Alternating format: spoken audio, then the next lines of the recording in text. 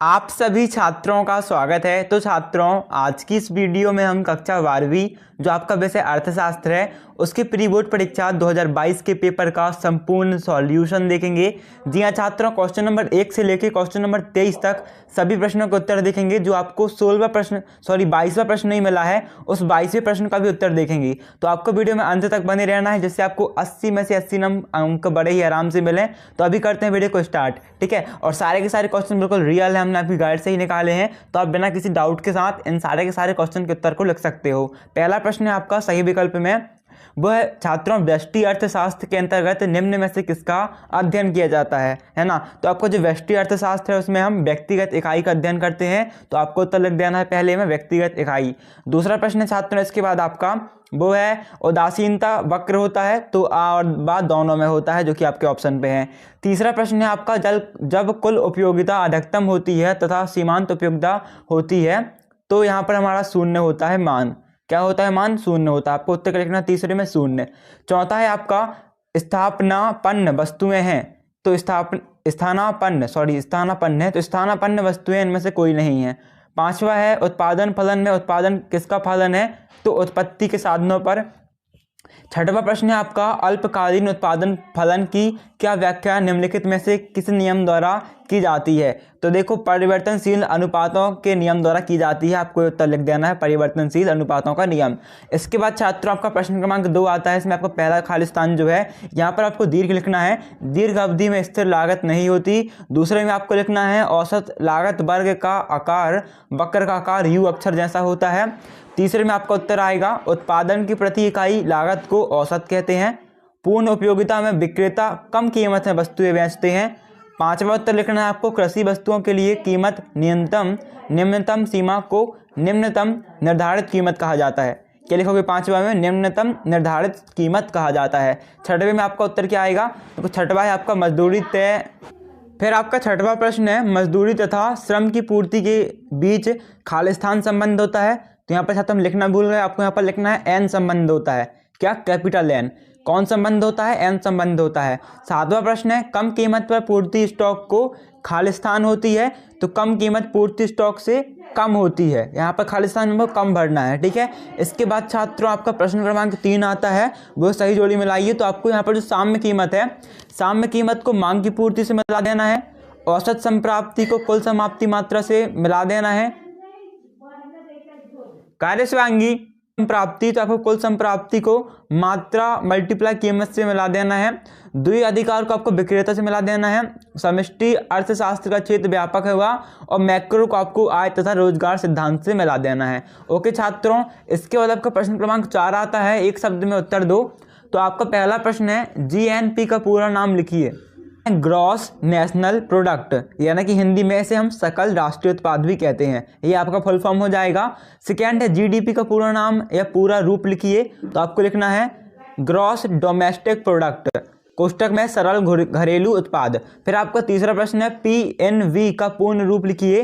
तो पीएनबी का पूर्ण रूप क्या हो जाएगा? आपका पंजाब नेशनल बैंक। चौथा है आरबीआई का पूर्ण रूप लिखिए। तो रिजर्व बैंक ऑफ इंडिया आपका आरबीआई का पूरा नाम हो जाएगा। पांचवा है सीमांत बचत प्रवृत्ति क्या है। तो आपको तो लिखना है आय में परिवर्तन के कारण बचत में परिवर्तन के अनुपात को सीमांत बचत प्रवृत्ति कहते हैं, ठीक है। फिर आपका छठवां प्रश्न है, वो है सीमांत उपयोग प्रवृत्ति क्या है। तो आपको लिखना है सीमांत उपभोग प्रवृत्ति वह मापक है जो प्रेरित उपभोग को एक संरचनात्मक मान प्रदान करता है। फिर आपका छठवां प्रश्न 7वां है, बंद अर्थव्यवस्था किसे कहते हैं। तो ऐसी अभिव्यक्तियों जिनमें अंतर्राष्ट्रीय व्यापार व्यवस्था में किसी अंतर्राष्ट्रीय पूंजी का हस्तक्षेप ना हो बंद अर्थव्यवस्था कहलाती है, ठीक है। ये आपका 7th का उत्तर हो जाएगा। इसके बाद छात्रों आपका प्रश्न क्रमांक 5 है, वो सत्य बताओ। तो आपका जो पहला सेंटेंस है, विकसित राष्ट्रों के लिए घाटे का बजट सबसे उपयोगी होता है, ये आपका सत्य हो जाएगा। दूसरा है सरकारी बजट की अवधि 1 वर्ष होती है, तो ये भी आपका सत्य हो जाएगा, 1 वर्ष ही होती है। तीसरा है भारत में वित्तीय वर्ष 1 मई से 31 मार्च है, तो हाँ असत्य हो जाएगा, 1 मई से 31 मार्च नहीं, यहाँ पर अप्रैल तक है कुछ। फिर आपका है भुगतान शेष के अंतर्गत केवल प्रदर्शन पदों की शामिल किया जाता है, तो ये आपका सत्य है, 5वां भी सत्य, तो 6वां आपका असत्य हो जाएगा, ठीक है ना। इसके बाद छात्रों बढ़ते हैं आगे वाले क्वेश्चन की ओर। तो आपका 6वां क्वेश्चन है, सकारात्मक अर्थशास्त्र किसे कहते हैं। तो आपको लिखना है हेडिंग सकारात्मक अर्थशास्त्र डैश। सकारात्मक अर्थशास्त्र वह शाखा है जो आर्थिक घटनाओं की विवरण की चिंता करता है। यह तथ्यों, कारणों तथा प्रभाव व्यवहार संबंधों पर केंद्रित है। इसमें अर्थशास्त्र के सिद्धांतों के विकास और प्रशिक्षण शामिल हैं। फिर 7वां प्रश्न है सीमांत उपयोगिता क्या है? तो वस्तु की एक अतिरिक्त इकाई को उपभोग से कुल उपभोक्ता में होने वाली वस्तु की वृद्धि को सीमांत उपयोगिता कहते हैं। क्या लिखना है? सीमांत उपयोगिता कहते हैं। इसके बाद छात्रों आपका 8वां प्रश्न क्या है, देख सकते हो आप। पूर्ण प्रतियोगिता किसे कहते हैं? तो आपको उत्तर डालना है। पूर्ण प्रतियोगिता एक बाजार का रूप है जिसमें क्रेता तथा विक्रेताओं की एक बड़ी संख्या होती है जो समरूप या एक जैसी वस्तुओं के उद्योग द्वारा निर्धारित कीमतों पर क्रय विक्रय करते हैं। जहां उद्योग ऐसी फर्मों का समूह है जो एक समान वस्तुओं का उत्पादन करती है। ठीक है, ये आपका उत्तर हो जाएगा। इसके बाद छात्रों आपका 9वां प्रश्न है वस्तु की मांग किसके द्वारा की जाती है? तो लिखना है वस्तु की मांग खरीदने वाले ग्राहकों के द्वारा की जाती है। इसमें काफ़ी उतार चढ़ाव देखने को मिलता है। जैसे अगर वस्तु की मांग काफ़ी ज़्यादा है और आपूर्ति के स्रोत कम है तो ऐसे में कीमत में काफ़ी बढ़ोतरी हो सकती है। वहीं अगर वस्तु की मांग कम है और स्रोत काफ़ी है तो वस्तु की कीमत में कटौती हो सकती है। कई बार विपणन संयंत्रों के द्वारा भी वस्तु की मांग की जा सकती है और हमें मालूम नहीं पड़ता, चाहे उस चीज़ की हमें ज़रूरत ही क्यों ना हो। तो ऐसी स्थिति में विज्ञापनदाताओं द्वारा भी वस्तुओं की मांग को बढ़ाने की जिम्मेदारी है। इसके बाद छात्रों आपका जो अगला प्रश्न आता है वो है 10वां, अल्पाधिकार किसे कहते हैं? तो आपको उत्तर लिखना है, हेडिंग डालनी है सबसे पहले अल्पाधिकार डैश। अल्पाधिकार बाजार की ऐसी अवस्था को कहा जाता है जिसमें किसी वस्तु के बहुत कम विक्रेता होते हैं और प्रत्येक विक्रेता पूर्ति व मूल्य पर समुचित प्रभाव रखता है। 11वां प्रश्न है पूंजीवादी अर्थव्यवस्था की दो विशेषताएं लिखिए। तो आपको हेडिंग डालनी है पूंजीवादी अर्थव्यवस्था और पहली विशेषता लिखना आप निजी संपत्ति की और दूसरा डालना पॉइंट आर्थिक संपत्ति का। ठीक है, इसके बाद छात्रों आपका 12वां प्रश्न है प्रति व्यक्ति आय किसे कहते हैं? तो हेडिंग डालिएगा ब्लैक पेन से प्रति व्यक्ति आय डैश। किसी एक वर्ष में देश की राष्ट्रीय आय में उस वर्ष में देश की जनसंख्या का भाग देने पर प्राप्त मान को प्रति व्यक्ति आय कहते हैं। प्रति व्यक्ति आय बराबर राष्ट्रीय आय बटे जनसंख्या होता है। इसके बाद आपका जो अगला प्रश्न आता है वो है 13वां, बैंक किसे कहते हैं? तो हेडिंग डालना बैंक एक ऐसी संख्या है या एक लिख सकते हैं ऐसी संस्था है। ठीक है, यहाँ पर एक संस्था है। ठीक है, देखो यहाँ पर संख्या नहीं लिखो छात्रों, थोड़ी आपको मतलब मिसप्रिंट दिख सकता है। यहाँ पर संस्था लिखा है था। ठीक है, था लगाना यहाँ पर। तो बैंक एक ऐसी संस्था है जो ऋण की सुरक्षा को ध्यान में रखते हुए ऐसे व्यक्तियों को उधार देती है जिन्हें उनकी आवश्यकता पड़ती है। ठीक है, और जिसके पास व्यक्तियों द्वारा अपनी अतिरिक्त राशि जमा की जाती है। 14वां प्रश्न है बजट का अर्थ लिखिए। तो उत्तर डालना बजट शब्द की व्युत्पत्ति फ्रेंच शब्द बटुआ से हुई है जिसका अर्थ है एक छोटे चमड़े का थैला अथवा बटुआ है जिसके सरकार आय को व्यय का ब्यौरा होता है। फिर 15वां प्रश्न है आपका विदेशी विनिमय दर किसे कहते हैं? तो उत्तर डालना विनिमय दर एक देश की मुद्रा की एक इकाई के बदले में दूसरे देश की मुद्रा की कितनी इकाइयाँ मिल सकती हैं उसकी माप है। 16वां प्रश्न है आपका व्यष्टि अर्थव्यवस्था की 3 विशेषताएं लिखिए। तो हेडिंग डालना व्यष्टि अर्थशास्त्र की विशेषताएं, या आपका अर्थशास्त्र है। ठीक है, तो पहला पॉइंट डालना व्यक्तिगत इकाइयों का अध्ययन, दूसरा सूक्ष्म चरों का अध्ययन, तीसरा व्यक्तिगत मूल्य का निर्धारण। इसके बाद आपका जो इसमें जो पॉइंट लिखे आपने 3, इन पॉइंट का आपको वर्णन भी करना है। तो पहले व्यक्तिगत इकाइयों का अध्ययन के आप में एक पैराग्राफ लिखना, तो पॉइंट डालना फर्स्ट और डालना व्यष्टि अर्थशास्त्र की यह व्यक्तिगत इकाइयों का अध्ययन करती है। व्यष्टि अर्थव्यवस्था व्यक्तिगत इकाइयों का व्यक्तित्व समस्याओं का अध्ययन करते हैं, समस्त अर्थव्यवस्था के विश्लेषण के अध्ययन में सहायता करते हैं। दूसरा पॉइंट डालना सूक्ष्म चरों का अध्ययन, तो सूक्ष्म अर्थव्यवस्था की दूसरी विशेषता के रूप में यह छोटे छोटे चरों का अध्ययन करती है, इन चरों का प्रभाव कम होता है। तीसरा पॉइंट डालिएगा व्यक्तिगत मूल्य निर्धारण वैशिष्ट अर्थशास्त्र की दूसरी व्यष्टि अर्थशास्त्र की विशेषता के रूप में यह छोटे छोटे कीमत सिद्धांत अथवा इसके अंतर्गत वस्तु की मांग और पूर्ति की घटनाओं का अध्ययन किया जाता है। 17वां पॉइंट डालना है आपको। इसके बाद पूर्ति का नियम लिखिए। तो हेडिंग डालिएगा पूर्ति का नियम डैश। इस नियम में कीमत और पूर्ति का धनात्मक संबंध होता है। जब किसी वस्तु की कीमत बढ़ती है तो पूर्ति भी बढ़ जाती है और यदि वस्तु की कीमत घटेगी तो पूर्ति भी घट जाएगी। यदि कीमत और पूर्ति में सीधा संबंध होता है, जबकि कीमत और मांग में विपरीत संबंध होता है। ये आपके 7वें का उत्तर हो जाएगा, आपको सेम टू सेम उतार लेना है। इसके बाद आपका 18वां प्रश्न है, प्रत्याशित निवेश किसे कहते हैं? तो उत्तर डालना प्रत्याशित अथवा इच्छित निवेश वह निवेश है जो निवेशकर्ता किसी विशेष उद्देश्य की प्राप्ति के लिए आय तथा रोजगार के विभिन्न स्तरों पर करने की इच्छा रखते हैं। यथार्थ अथवा वास्तविक निवेश वह निवेश है जो निवेशकर्ताओं किसी विशेष उद्देश्य की प्राप्ति के लिए आय तथा रोजगार के विभिन्न स्तर पर वास्तव में करते हैं। 19वां प्रश्न आपका, सरकारी बजट की कोई 3 उद्देश्य लिखिए।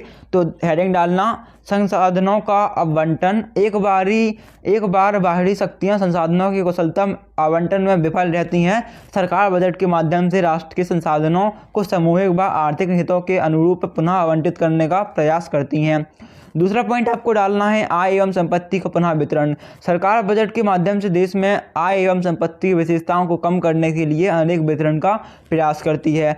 फिर तीसरा पॉइंट डालना, आर्थिक स्थिरता, और डैश करके लिखना, सरकारी बजट का एक उद्देश्य देश को आर्थिक स्थिरता बनाए रखना भी है। सरकार मूल्यों में उतार चढ़ाव रोकने और अर्थव्यवस्था में आय व रोजगार के ऊंचे स्तर से प्राप्त करने के उद्देश्य से कार्य करती है। बजट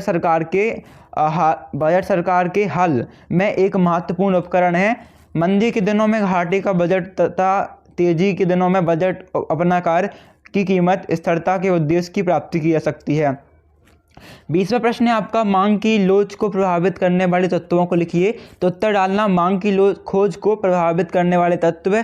पहला लिखना वस्तु का स्वभाव, वस्तु का प्रयोग। तीसरा लिखना स्थानापन्न वस्तुओं का उपलब्धता। चौथा धन का वितरण और 5वां समय का प्रभाव। फिर आपको पहला पॉइंट डालना है वस्तु का स्वभाव। डैश करके आप लिखना, किसी वस्तु की मांग को प्रभावित करने वाला सबसे प्रमुख तत्व उसकी कीमत होती है। वस्तु की कीमत में परिवर्तन हो सकता है। दूसरा पॉइंट डालना वस्तु का प्रयोग। डैश करके लिखना, जिन वस्तुओं का प्रयोग अनेक कार्यों में किया जा सकता है उनकी मांग की लोच अधिक लोचदार होती है। तीसरा पॉइंट लिखना आप, स्थानापन्न वस्तु की उपलब्धता। तो किसी वस्तु के बदले में दूसरे प्रकार की वस्तु का प्रयोग किया जा सकता है तो ऐसी वस्तु की मांग अधिक लोचदार होती है, स्थानापन्न वस्तु होती हैं। इसके बाद आपको 4th पॉइंट लिखना है, वो है धन का वितरण। तो जिस मांग में धन का वितरण समान होता है वह मांग अधिक लोचदार होती है। इसका कारण यह है कि आय का वितरण समान होने के कारण सभी लोगों की वस्तुओं को खरीदने की क्षमता एक समान होती है। फिर आपका जो इसमें नेक्स्ट क्वेश्चन आता है 21वां क्वेश्चन, वो है स्थिर तथा परिवर्तनशील लागत में अंतर लिखिए। तो हेडिंग डालना और यहाँ पर लिखना स्थिर लागत और सेकेंड कॉलम में लिखना परिवर्तन लागत। आपको स्थिर लागत में पहला पॉइंट लिखना है, स्थिर लागत का संबंध स्थिर साधनों से होता है, और परिवर्तन लागत में पॉइंट लिखना है इसका संबंध परिवर्तनशील लागत साधनों में होता है।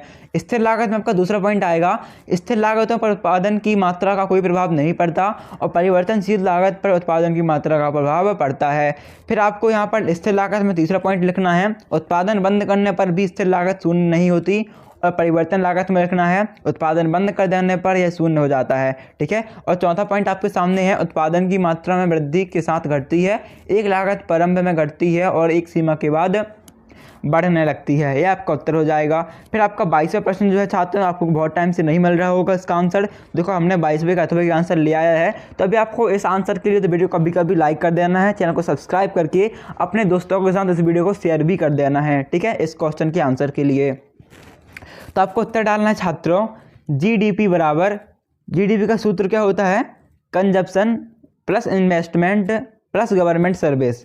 तो जीडीपी बराबर हमारी जो कंजप्शन है अथवा वाली मतलब जो खपत है अथवा वाले क्वेश्चन पे वो है 10,000 की, इन्वेस्टमेंट है 600 प्लस 2,000 की, और जो गवर्नमेंट सर्विस की चार्ज है वो है 6,000 के। तो हमारा जो जीडीपी आएगा इसका टोटल आएगा, तो आपको क्या करना है, इनको प्लस कर देना, आपका आंसर आएगा 18,600। तो अतः सूचनाओं के आधार पर जीडीपी कितनी होगी, 18,600 होगी। फिर आपका जो 23वां प्रश्न आता है, केंद्रीय बैंक के कोई 4 कार्यों का वर्णन कीजिए। तो उत्तर डालना, पत्र मुद्रा के निर्गमन का एक अधिकार केंद्रीय बैंक का सबसे महत्वपूर्ण कार्य है जिसे वह आरंभ ही करता है। बेरा स्मिथ ने इस कार्य को ही बैंकीय केंद्रीय बैंक की परिभाषा का आधार बनाया है। केंद्रीय बैंक को नाटे या मुद्रा का नोट या मुद्रा का निर्गमन करने का एकाधिकार प्राप्त होना, और अधिकांश केंद्रीय बैंकों ने अपने कार्यों को 2 भागों में बांटा है। फिर दूसरा पॉइंट आपको लिखना है, सरकार का बैंकर एजेंट व सलाहकार। सरकारी बैंकर के रूप में केंद्रीय बैंक सरकार को वही सेवाएं प्रदान करता है जो जनता को साधारण बैंकों से प्राप्त होती हैं। यह सरकारी विभागों के खाते रखता है। दूसरा पॉइंट आपको लिखना है वाणिज्य बैंकों के नकद कोषों का संरक्षक। यहाँ पर आपको लिखना है केंद्रीय बैंक बैंकों का बैंक होता है, अर्थात इसका अन्य बैंकों के साथ संबंध लगभग वैसा ही होता है जैसे उनका अपने ग्राहकों के साथ होता है। फिर आपको नेक्स्ट पॉइंट लिखना है चौथा, धन का वितरण। तो यहाँ पर आप लिखना, जिस समाज में धन का वितरण समान होता है वह भाग अधिक लोचदार होता है। इसके कारण यह है कि आय का वितरण समान होने के कारण सभी लोगों में वस्तुओं को खरीदने की क्षमता एक समान होती है। ठीक है, तो छात्रों यही आपके सभी सही प्रश्नों के उत्तर। आई होप आपको अभी वीडियो अच्छी लगी होगी। तो अभी आपको वीडियो अच्छी लगती है तो वीडियो को लाइक करना, चैनल को सब्सक्राइब करना और वीडियो को अपने दोस्तों के साथ शेयर भी कर देना। अभी मिलते हैं अगली वीडियो में, जब तक के लिए thanks for watching and keep supporting.